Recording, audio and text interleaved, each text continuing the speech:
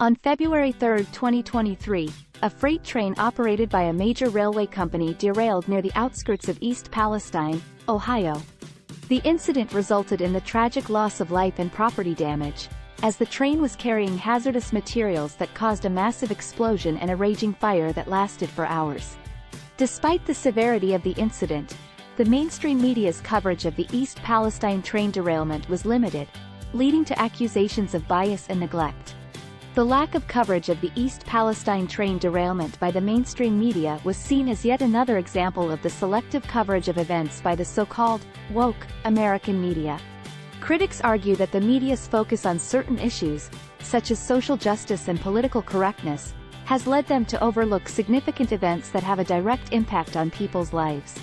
In the case of the East Palestine train derailment, the media's failure to cover the incident in depth was seen as a clear indication of their biases and preferences.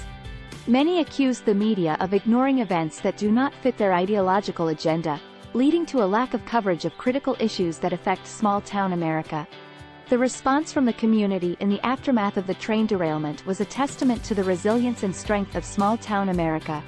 Despite the lack of coverage from the mainstream media, the community of East Palestine came together to support each other in the wake of the tragedy. Local officials and first responders worked tirelessly to manage the situation and minimize the damage caused by the derailment. Residents of the town and surrounding areas organized fundraisers and donation drives to provide assistance to those affected by the incident, including the families of the victims and the first responders who were involved in the rescue efforts. The lack of coverage of the East Palestine train derailment by the mainstream media was seen as a significant omission that highlighted the media's priorities and biases. Many argued that the media's focus on sensationalized stories and clickbait headlines has led them to prioritize soft news over harder, more complex stories that require a deeper understanding of the issues at hand. Furthermore, the lack of coverage of the train derailment was seen as a clear indication of the media's biases and preferences. The media's tendency to focus on issues that fit their ideological agenda, such as social justice and political correctness, has led to a neglect of critical issues that affect small-town America. The lack of coverage of the train derailment by the media also raised important questions about the role of the media in society. The media's responsibility to report on issues that affect people's lives and well-being is critical, and their failure to do so in this case has raised concerns about their accountability and integrity. Conclusion.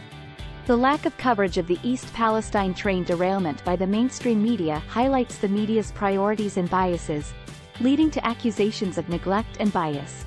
The lack of coverage by the mainstream media has raised important questions about their priorities and biases, but the response from the community in the aftermath of the tragedy has demonstrated the strength and resilience of small-town America. It is essential to continue to report on critical issues that affect people's lives and well-being, regardless of whether they fit into the media's ideological agenda or not. Thanks all. Please like and subscribe.